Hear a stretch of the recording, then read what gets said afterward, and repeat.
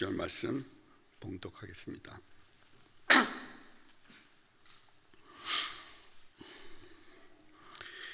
예루살렘 교회가 이 사람들의 소문을 듣고 바나바를 안디옥까지 보내니 저가 이르러 하나님의 은혜를 보고 기뻐하여 모든 사람에게 굳은 마음으로 주께 붙어 있으라 권하니, 바나바는 착한 사람이요 성령과 믿음이 충만한 자라. 이에 큰 무리가 주께 더하더라. 바나바가 사울을 찾으러 다소에 가서 만남에 안디옥에 데리고 와서 둘이 교회에 1년간 모여 있어 큰 무리를 가르쳤고, 제자들이 안디옥에서 비로소 그리스도인이라 일컬음을 받게 되었더라. 오늘 말씀은 문두진 목사님께서 말씀해 주시겠습니다.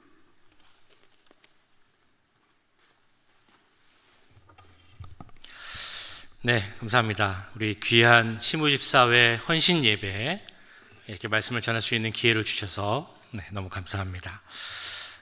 시무집사회 헌신 예배 계획을 이제 작년 연말에 할 때 3월 초쯤에 한다고 해서 아직도 멀었구나라고 생각을 했었는데, 벌써 3월 초가 되어서 첫 번째로 드리는 시무집사 헌신 예배가 되었습니다. 우리 이 자리에 함께 모든 분들 주님의 이름으로 축복하고 또 은혜가 넘치시길 기도합니다.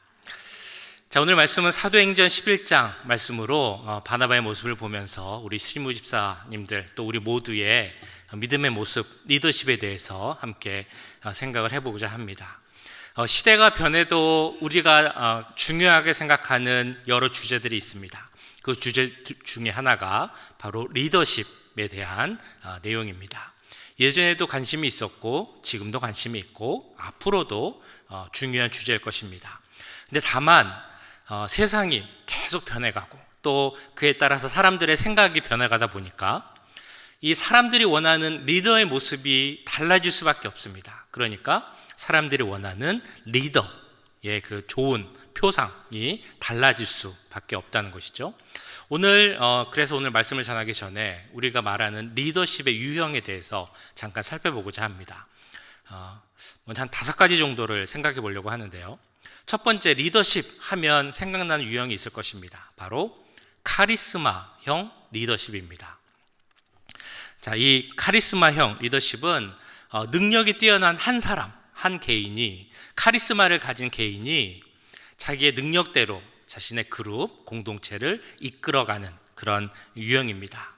1980년대, 90년대까지만 해도 리더십 그러면 이런 유형을 이제 생각을 했었죠. 리더는 주로 지시를 합니다. 그리고 그 지시에 따라서 공동체가 일사불란하게 움직이는 것을 원하는 그런 리더의 유형입니다. 이런 리더십의 장점은 그 효율성이 좋다는 것이죠. 아주 일사불란하게 움직이니까 빠른 결정, 빠른 진행이 됩니다. 근데 그에 비해서 이 리더가 공동체 구성원들의 의견을 잘 듣지 못한다라는 그런 단점이 있습니다. 이런 카리스마형 리더십에 비해 두 번째로 우리가 생각해 볼 것은 위임형 리더십입니다. 위임형. 이 위임형 리더십은 리더가 자신을 드러내기보다 사람들을 세우고 일을 나눠주는 것을 중요하게 생각하는 리더십입니다. 그래서 이 유형의 리더십을 가진 사람은 리더의 일이 무엇이라고 생각을 하냐면 사람들을 잘 세워서 그들에게 일을 나눠주고 적당한 일의 분량을 분배하는 것이 중요한 일이다라고 생각을 합니다. 이런 리더십은 사람을 잘 세우는 장점이 있습니다. 그런데 단점이라면 어떤 어려움이 생겼을 때 이 리더가 그 어려움에 잘 간섭을 안 하려고 하다 보니까 책임을 지지 않는 리더다, 이런 평가를 들을 수 있는 그런 단점이 있습니다. 세 번째는 민주주의적 리더십 혹은 소통형 리더십이라고 할 수 있습니다.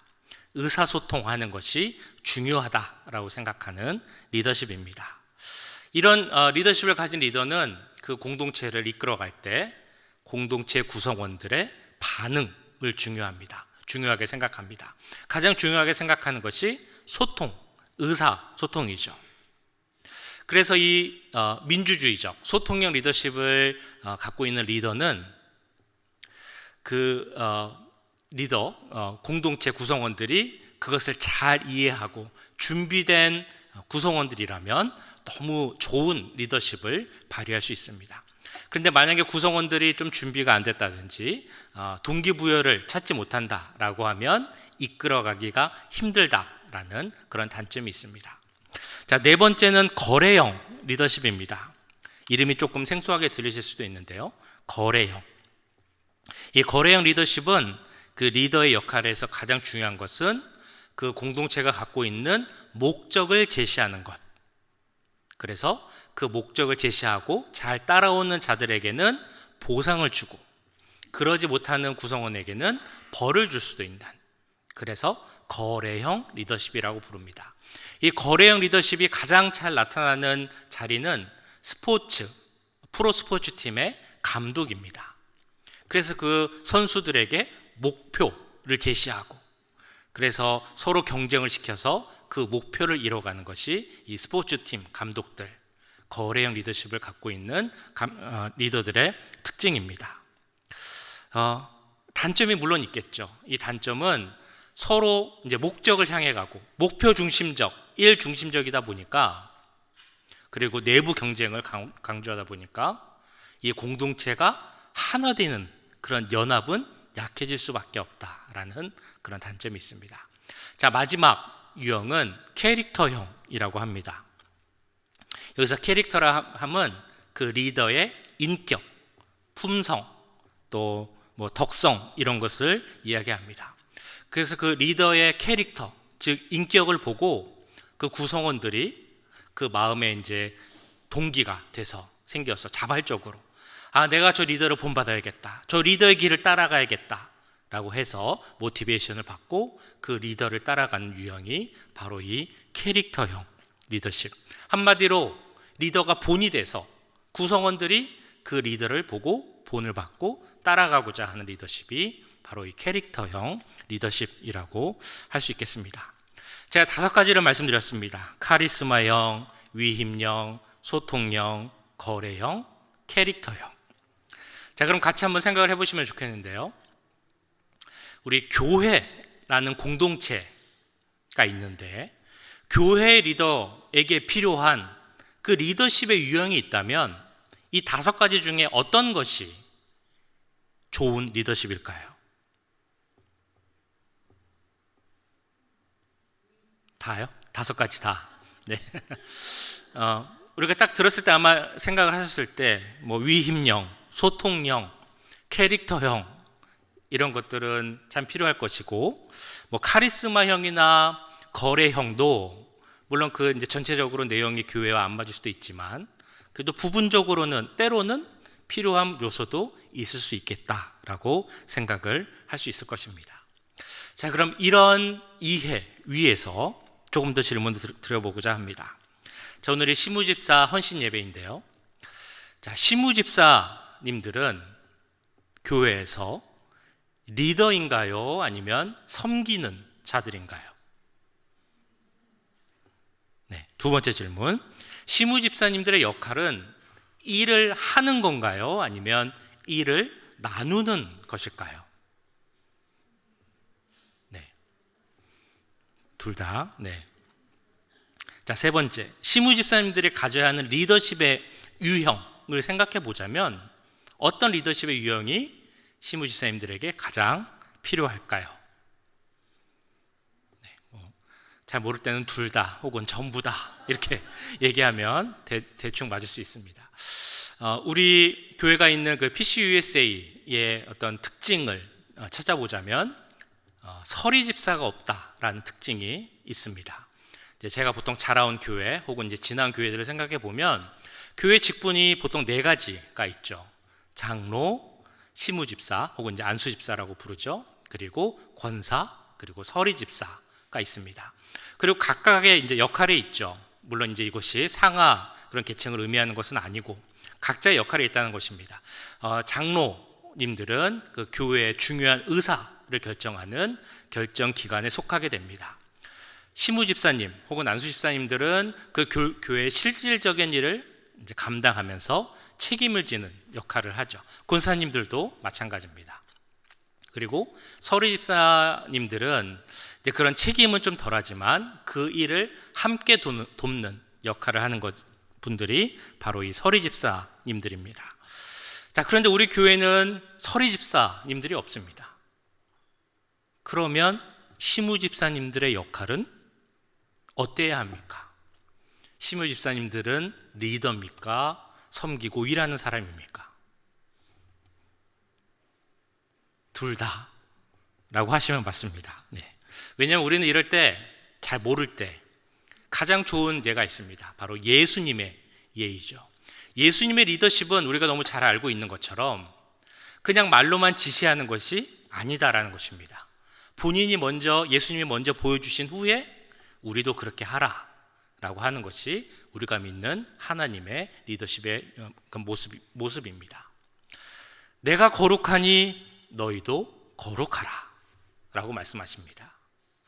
내가 너희를 사랑한 것처럼 너희도 서로 사랑하라 라고 말씀하십니다. 내가 너희를 위해 십자가를 지었으니 너희도 십자가를 지고 나를 따르라. 이것이 하나님이 보여주신 그런 본입니다. 그렇다면 우리가 예수님의 길을 따라야 하는 자들이라면 우리 시무집사님들, 그리고 우리 모두 마찬가지입니다만 그러한 유형의 삶을 살아야 한다는 것이죠. 즉 우리는 이 교회를 이끌어가는 리더가 되어야 함과 동시에 섬기고 일하는 그런 역할도 감당해야 한다는 것입니다. 성경에 보시면 이런 리더이면서 섬기는 역할도 잘 감당한 인물이 나와 있습니다. 오늘 본문에 나와 있는 인물이죠. 바로 바나바입니다. 바나바는 사실 그 이름이 너무 잘 알려져 있습니다. 바울과 바나바, 또 마가와 바나바, 바나바 사역, 이런 이야기를 할 정도로 사실 너무 잘 알려져 있습니다. 근데 우리가 모르는 부분도 있는데요. 이 초대교회 역사에 있어서, 그리고 성경이라는 것이 만들어지는 과정에 있어서 이 바나바가 큰 역할을 했다는 것입니다. 바나바라는 사람을 보면 재산이 많은 부자였다고 합니다. 그리고 또 친인척 관계의 특성을 보면 바로 마가의 외삼촌이었죠. 그러니까 마가의 어머니하고 바나바는 남매 사이였습니다. 근데 바나바가 부자였던 것처럼 이 마가의 어머니, 그녀는 과부였는데도 상당한 부를 갖고 있는 부자였습니다. 얼마나 부자였냐면 그 집이 매우 컸습니다. 몇 명 정도 들어갈 수 있었을까요? 적어도 120명은 들어갈 수 있는 그런 집이었죠. 그래서 초대교회 성도들이 그 집에 모여서 함께 예배를 드릴 수 있는 그런 집이었습니다. 바나바와 마가와 마가의 어머니는 예수님과 복음을 위해서 정말 힘을 다하는 그런 일꾼이었습니다. 그래서 이 마가의 집, 마가의 어머니의 집에 초대교회 성도들이 모여서 기도할 때 바로 그것에 성령이 강림하는 그 귀한 역사가 일어나게 된 것입니다. 바나바의 역할은 거기서 그치지 않죠.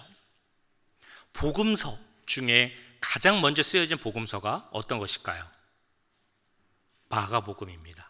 그 마가복음을 저술할 수 있도록, 쓸 수 있도록 이 조카인 마가를 격려하고 세운 자가 바로 이 바나바라는 것입니다. 마가뿐만이 아닙니다.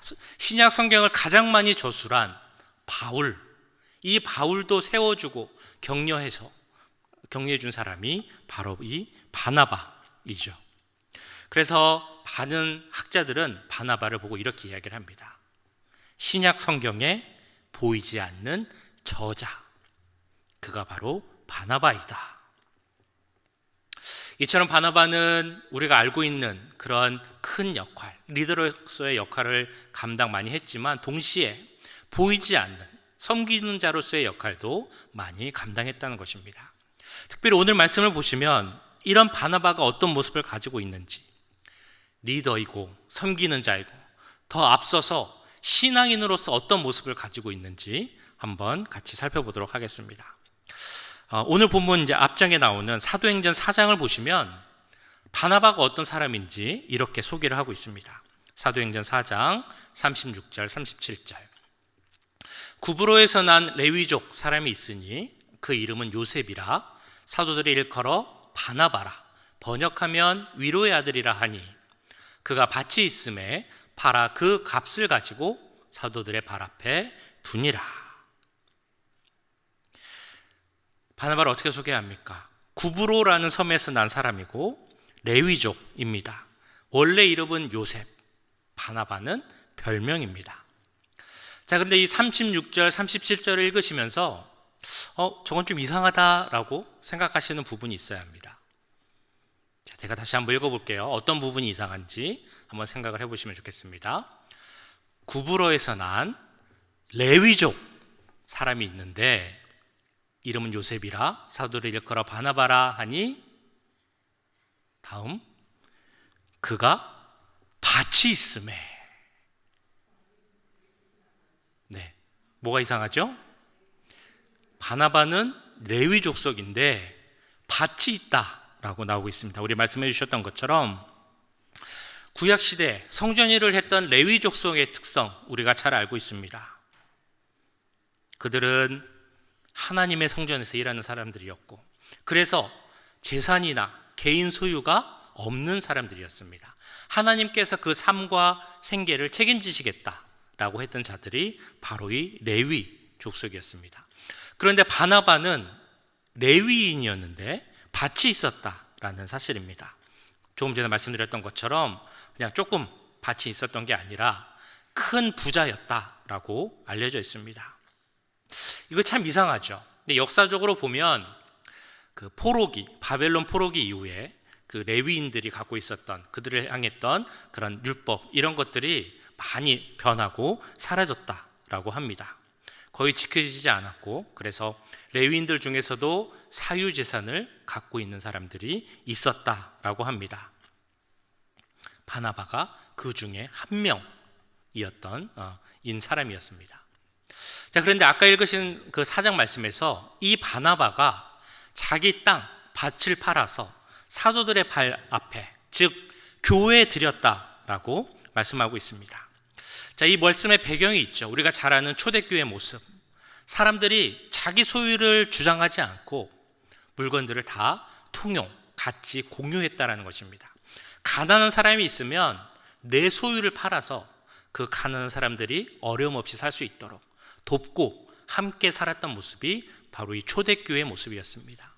바나바가 그 초대교회 모습에 그 가운데 속해 있던 사람이었습니다.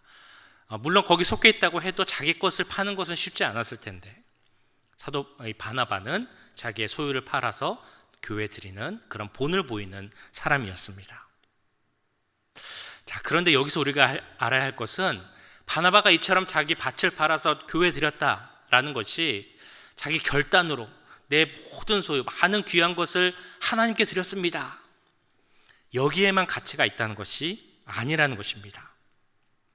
여기서 중요한 것은 이러한 바나바의 행동의 의미는 그의 삶의 의미가 그 삶의 방향이 이제 바뀌어서 내가 주 안에서 새로운 삶을 시작하겠습니다 라는 결단의 행동이라는 것입니다.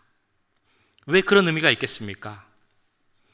그는 레위 지파였음에도 하나님이 택하신 레위 지파로서의 삶을 살고 있지 않았다라는 것입니다.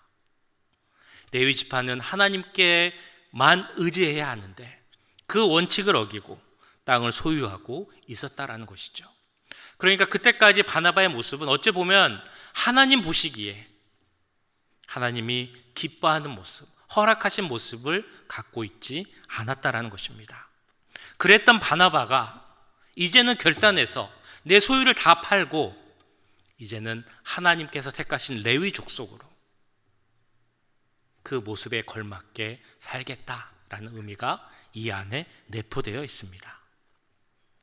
그래서 이제 안디옥 교회로 가는 그 바나바의 모습을 통해서 이런 믿음의 결단을 갖고 있는 바나바의 모습을 볼 수 있습니다.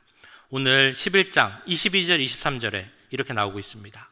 예루살렘 교회가 이 사람들의 소문을 듣고 바나바를 안디옥까지 보내니 그가 이르러 하나님의 은혜를 보고 기뻐하여 모든 사람에게 굳건한 마음으로 주와 함께 머물러 있으라 권하니. 자, 바나바가 이제 예루살렘 교회 명령으로 안디옥 교회에 가게 됩니다. 그리고 그 교회, 안디옥 교회에 내려진 하나님의 크신 은혜, 성령 충만함을 보고 너무 기뻐했습니다. 그리고 그들에게 권면의 말씀을 전하죠. 그런데 뭐라고 전하냐 하면 너희들은 굳은 마음으로 주와 함께 머물라 라고 말씀하고 있습니다. 굳은 마음으로 주와 함께 머물라. 여기서 굳은 마음, 굳건한 마음이라는 의미는 그 원어 가운데 목적을 갖다라는 의미가 있습니다. 그러니까 너의 마음의 목적, 즉 영어로 하면 이제 purpose of heart가 되겠죠. 그 마음의 목적이 그리스도 안에 거하는 것을 삼아야 한다라는 의미입니다. 다시 말해서 당신들의 삶의 목적이 주 안에 있는 것, 이것이 되어야 한다라고 권면하고 있는 것입니다. 거기에는 이런 시대적 배경이 있죠. 초대교회, 핍박과 박해가 아주 심했던 시절. 이제 곧 당신들에게도 핍박이 오고 박해가 올 텐데 그럴 때 흔들리지 말고 오직 주 안에 있기로 굳은 결심을 가지라라는 권면이 있는 것입니다. 그리고 그런 말을 전하는 바나바의 마음, 그 행간에는 이런 말이 분명히 있을 것입니다. 내가 과거에 그랬던 것처럼 주님이 주신 목적을 잊지 말라. 이제 내가 주님께로 방향 지은 것처럼 주를 위해 사는 목적, 그것만을 붙잡고 살라. 이전에 자신이 귀하다 여겼던 것을 이제는 버리고 오직 주님만 바라보는 관점, 주님께로 향하는 방향, 그러한 삶을 들인 바나바이기에 그 마음속에서 하고 있는 안디옥 교회 성도들을 향한 권면인 것입니다. 그가 삶에서 변화되어서 주고 있는 권면이기에 이 권면은 파워풀하고 다가갈 수밖에 없는 그런 권면인 셈입니다. 바나바의 리더십이 어디서 오느냐? 자신의 삶에서 보여주는 말씀이 있기에 그의 리더십을 여기서 우리는 찾아볼 수 있습니다. 그런 리더십이 이 자리에 함께한 모든 집사님들에게도 똑같이 있길 원합니다. 내가 주위의 사람들을 권면할 때 말로만 권면하는 것이 아니라 내 변화된 삶을 통해 내가 주님을 위해 사는 것처럼 여러분들도 주 안에 사십시오. 이렇게 말해야 그 말에 의미가 있고 파워가 있지 않겠습니까? 그런 말을 전할 수 있는 우리 귀한 시무 집사님들이 되시기를 주님의 이름으로 간절히 축원합니다. 사실은 바나바는 믿음 가운데 삶으로 고면할 수 있는 사람이었지만 동시에 포용하고 품어줄 수 있는 그런 리더였습니다. 아까 보신 4장 36절에 보시면 바나바의 이름의 뜻이 나와 있죠. 구브로에서 난 레위족 사람, 이름은 요셉이라. 사도들의 일컬어 바나바라. 번역하면 위로의 아들이라 하니. 위로의 아들, 주위를 격려하는 격려의 아들. 바는 누구의 아들이란 말이죠. 나바가 위로하다, 격려하다 그런 의미입니다. 그러니까 바나바 그러면 위로의 아들 이런 의미가 있습니다. 사도들이 이 바나바를 보고 위로의 아들이다 라고 불렀다라는 것입니다. 얼마나 참 격려를 잘하고 위로를 잘했는지 요셉이라는 본명보다 바나바라는 별명이 더 잘 알려진 사람이 바로 이 사람입니다. 어떻게 하면 위로를 잘할 수 있을까 생각을 해봅니다. 어떻게 하면 격려를 잘할 수 있을까? 중요한 것은 공감인 것 같습니다. 이 바나바가 위로를 잘하는 위로의 아들이었다. 거기에 필요한 것은 이 바나바가 다른 사람의 말을 잘 듣고 공감해 줄 수 있는 능력이 있는 사람이었다라는 것이죠. 다른 힘든 사람, 어려운 사람을 보면 안 됐다, 불쌍하다 여기서 그치는 것이 아니라 같이 아파할 수 있는 그런 마음이 있는 사람이었기에 이 바나바가 위로의 사람, 격려의 사람이 될 수 있었다라는 것입니다. 공감에 대해서 많이 이야기합니다. 특별히 그런 공감에 대해서 이야기하기 위해서 이런 남성과 여성의 차이를 이야기하면서 말하는 경우도 많이 있습니다. 그런 이야기 들어보셨는지 모르겠습니다. 우리 이제 여성들이 여자친구나 아내가 나 몸이 안 좋다, 아프다 그러면서 원하는 반응이 있다는 것이죠. 자, 아내가 몸이 안 좋다, 아프다라고 하면 뭐라고 반응을 하십니까? 몸이 아파요, 몸이 안 좋아요. 그러면 우리 남편들은 뭐라고 이야기를 하십니까? 네. 보통 이제 남편들은 이렇게 얘기한다는 것이죠. 약 먹어, 병원 가, 이렇게 얘기를 한다는 겁니다. 그 남자들의 특성상 솔루션을 주려고 한대요. 그것을 해결할 수 있는 방법을. 그런데 아내나 여자친구들이 원하는 공감은 그게 아니라는 겁니다. 뭘 원하세요? 여자들은 보통 많이 아프지? 힘들지? 이제 괜찮아? 이런 감정적 공감을 원한다는 것이죠. 이 말이 맞습니까? 네. 그래서 남편들이 그것을 공감을 못 해줘서 힘들다라는 이야기를 들은 적이 있습니다. 이건 남성과 여성의 차이를 좀 이제 재밌게 이야기한 그런 이야기겠습니다만, 그래서 중요한 주제가 있죠. 바로 공감이라는 것입니다. 이 바나바는 공감을 잘했던 사람인 것 같습니다. 그리고 그것을 알 수 있는 또 다른 내용이 바로 안디옥 교회에 가서 보고 있는 바나바의 모습입니다. 우리가 아까 보았던 것처럼 예루살렘 교회가 안디옥 교회로 이 바나바를 파송을 합니다. 근데 우리가 이 교회로 갔다, 파송을 받았다라는 것이 지금 우리가 현재 상황에서 우리 옆 동네에 있는 교회에 가서 보았다, 도와주었다, 이런 차원의 이야기가 아닙니다. 그 당시가 어떤 상황입니까? 이제 막 초대교회가 생겨나는 상황입니다. 교회라는 그 형태가 잘 없는 시대였다는 것이죠. 예배라는 것도 어떻게 드려야 되는지 잘 모르는, 정착되지 않은 그런 시기였습니다. 특별히 안디옥 교회는 이방인들, 즉 헬라적 사고를 가진 그리스도인들이 많이 있는 그런 교회였습니다. 그러니까 예루살렘 교회와는 많이 달랐던 교회였죠. 그러니까 바나바를 보내서 더 살펴보라라고 이야기했던 것입니다. 아마 이 바나바가 안디옥 교회를 갔을 때 그 느낌은 이런 예로 설명을 할 수 있을 것 같습니다. 우리 예전의 교회, 아주 조용하고 엄숙한 예배를 드렸던 교회. 그때 어땠습니까? 예배 때는 소리를 내면 안 된다고 그래서 찬송하면서 박수 쳐도 안 되고, 손을 들고 찬양해도 안 됐습니다. 악기는 생각할 수 없죠. 기도할 때도 소리 내면 안 되고 조용히 기도해야 했습니다. 거기서 나고 자란 성도 혹은 사역자가 어떤 교회에 가서 그 교회가 좋은지를 봐라라고 했는데, 그 교회는 완전 트렌디한, 컨템포러리한 예배를 드리는 그런 교회입니다. 요새 혹시 영상으로 보셨는지 모르겠는데요, 요새는 찬양팀도 이 강단에 안 서고 이 무대의 중심에, 가운데 서는 그런 예배를 요새 좀 드리는 것 같습니다.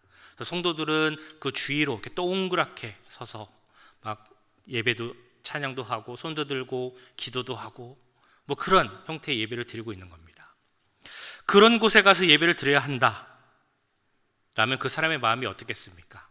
많이 당황스럽겠죠. 이렇게 예배 드리는 게 맞나? 이렇게 해도 되나? 라는 생각, 여러 가지 혼돈하고 혼란스러우니까 내 기준으로 판단을 하게 되는 것이 우리 인간의 보통의 모습이라는 것입니다. 근데 바나바는 어떻게 했습니까? 바나바는 그걸 보고 비판거리를 찾는 것이 아니라 그 안에 있는 하나님의 은혜, 하나님의 일하심을 보고 기뻐했다라는 것입니다. 다른 장소, 다른 문화, 다른 사람들이 모여서 만들어가고 있는 그 차이, 안디옥 교회의 모습이 적응하기 쉽지 않을 수도 있었겠지만, 나를 내세우고 내 기준을 내세우는 것이 아니라 하나님의 일하심, 그 가운데 허락하신 은혜를 볼 수 있는 그런 마음을 가진 자였다라는 것이죠.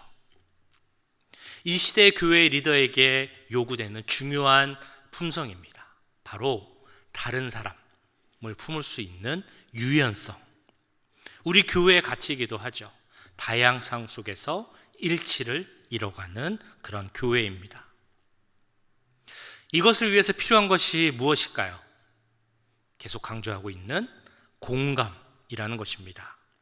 공감해주고 위로해주고 품어주는 것, 이 시대의 리더들에게 요구되는 덕성입니다. 우리 집사님들 일하다 보면 밖에서는 물론이거니와 교회에서도 일하다 보면 나와 다른 사람을 분명 만나게 되실 겁니다. 다른 생각, 다른 방식, 어쩌면 그렇게 다를 수 있는지, 이런 사람 분명히 만날 수 있다는 것이죠. 그때 어떻게 해야 되겠습니까? 내 생각으로, 내 기준으로 판단하고 일하는 것이 아니라 공감하고 격려할 수 있는 마음을 갖는 것, 이것이 바로 리더된 우리 집사님들의 역할임을 꼭 잊지 마시길 간절히 소원합니다. 자, 또 다른 특성이 있습니다. 이런 넓은 마음을 가졌던 바나바, 이어지는 말씀에서는 그 성격도 너무 좋았다라고 말씀하고 있습니다. 자, 24절 말씀인데요, 우리 같이 한번 읽어보실까요? 24절 시작. 바나바는 착한 사람이요 성령과 믿음이 충만한 사람이라. 이에 큰 무리가 주께 더하여 지더라. 아멘. 바나바는 어떤 사람이었다고 나옵니까? 착한 사람, 성품이 좋은 사람. 물론 여기는 정말 착하다라는 의미도 있을 것입니다. 제가 본 착한 사람 중에 한 명은 제 친구 목사님의 아내 되는, 사모님 되는 분이었습니다. 그 친구 목사님이 한 번은 저한테 와서 이렇게 이야기를 하는 거예요. 내가 이제 결혼할 사람이 있는데 너무 착하다라는 겁니다. 어느 정도로 착하냐라고 그랬더니, 그 지하철 사람 많은 데 가면 발을 밟히는 경우가 있잖아요. 그래서 누가 그 사모님의 발을 밟았는데 이 여자친구가 그 사람한테 제가 발을 거기 둬서 제 발을 밟게 해서 너무 미안합니다 라고 했다는 겁니다. 그러면서 너무 좋은데 너무 착해서 결혼하기가 좀 부담된다 라고 이야기를 했던 적이 있습니다. 우리 주위에 착한 분들 참 많죠. 그리스도인들로서 착함은 꼭 가져야 할 그런 성품입니다. 자, 그런데 여기서 말하는 착함은 단순히 이런 좋은 성격만을 말하는 건 아닙니다. 여기서의 착함은 하나님 뜻에 맞는 것, 이것이 바로 착함의 의미입니다. 즉, 그 다음에 나오는 구절이 설명을 하고 있죠. 믿음과 성령으로 충만한 사람, 이 사람이 착한 사람입니다. 우리가 요새 보고 있는 사무엘서에 나오는 것처럼 하나님 마음에 합한 자, 이 사람이 바로 착한 사람입니다. 이 바나바는 착한 사람이었는데 그 중에서 가장 귀한 성품이 바로 다른 사람을 세워줄 수 있는 그런 성품이 있었다라는 것입니다. 25절 26절에서 이렇게 나오고 있죠. 바나바가 사울을 찾으러 다소에 가서 만남에 안디옥에 데리고 와서 둘이 교회에 1년간 모여 있어 큰 무리를 가르쳤고 제자들이 안디옥에서 비로소 그리스도인이라 일컬음을 받게 되었더라. 그리스도인들을 핍박하다가 변화된 자, 우리가 잘 아는 바울입니다. 오늘 말씀에서 사울로 나오죠. 이 사울을 찾아가서 데려와서 안디옥 교회의 리더, 지도자로 세운 사람이 바로 이 바나바입니다. 사실 그 전으로 올라가다 보면 처음에 이 교회, 예루살렘 교회에 왔을 때 사람들이 다 사울을 피했죠. 그런 사울을 예루살렘 교회에 소개시켜주고 잘 적응할 수 있도록 도와준 것도 이 바나바였습니다.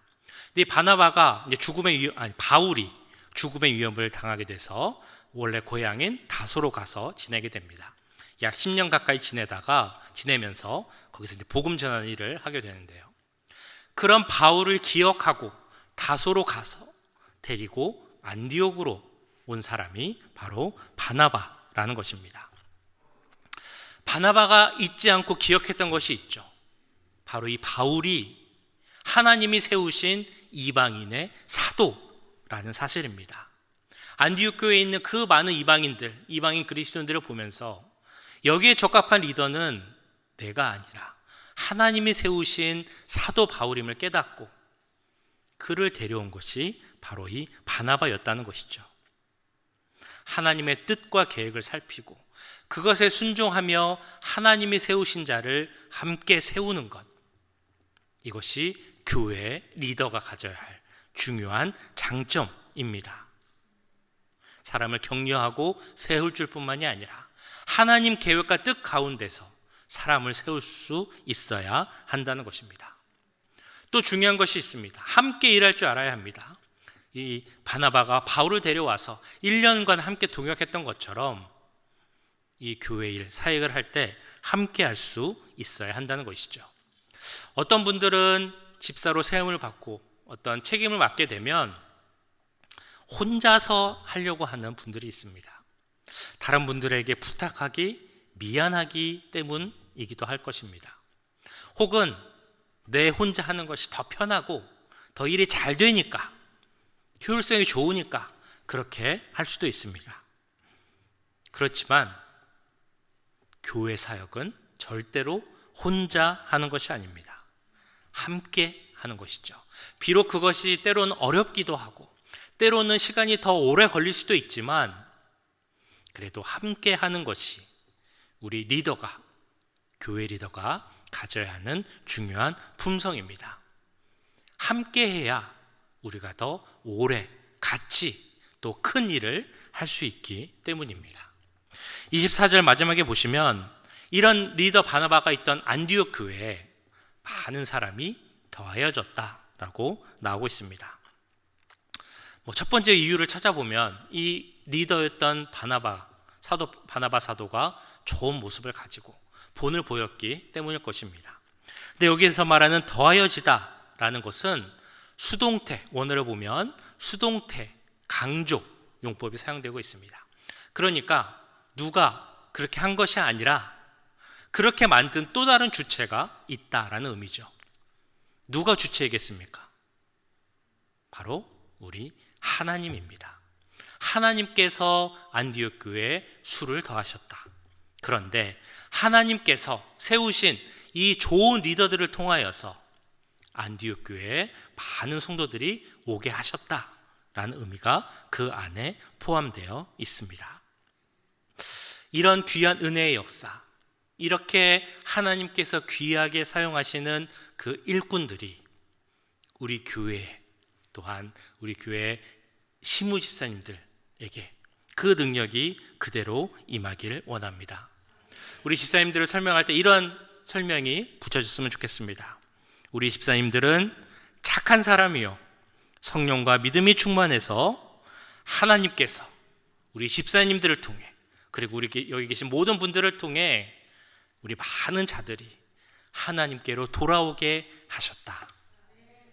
그런 귀한 은혜가 우리 교회 모든 성도들 가운데, 특별히 오늘 시무 집사님들 가운데 정말 가득 넘치기를 주님의 이름으로 간절히 축원합니다.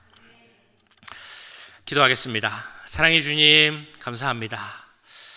오늘 시무 집사 헌신 예배를 드리며 바나바의 모습을 통해 리더이면서 섬기는 자로서의 모습을 돌이켜보게 하심을 감사드립니다. 우리 하나님 세우신 귀한 시무 집사님들 기억하여 주시고 능력을 더하여 주시옵소서, 믿음을 더하여 주시옵소서.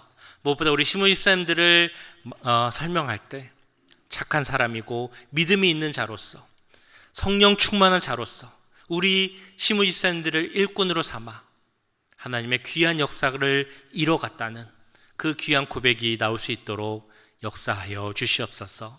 앞으로 많은 할 일들이 있습니다. 능력을 더해 주시고 믿음을 더해 주시고 또한 기도하는 집사님들 되게 하시고 또 함께 일할 수 있는 그런 마음도 허락하여 주셔서 우리 집사님들 통해 하나님 나라가 더욱더 크게 세워져 갈 수 있도록 역사하여 주시옵소서. 모든 것 감사드리며 우리를 구원하신 예수 그리스도의 이름으로 기도하옵나이다.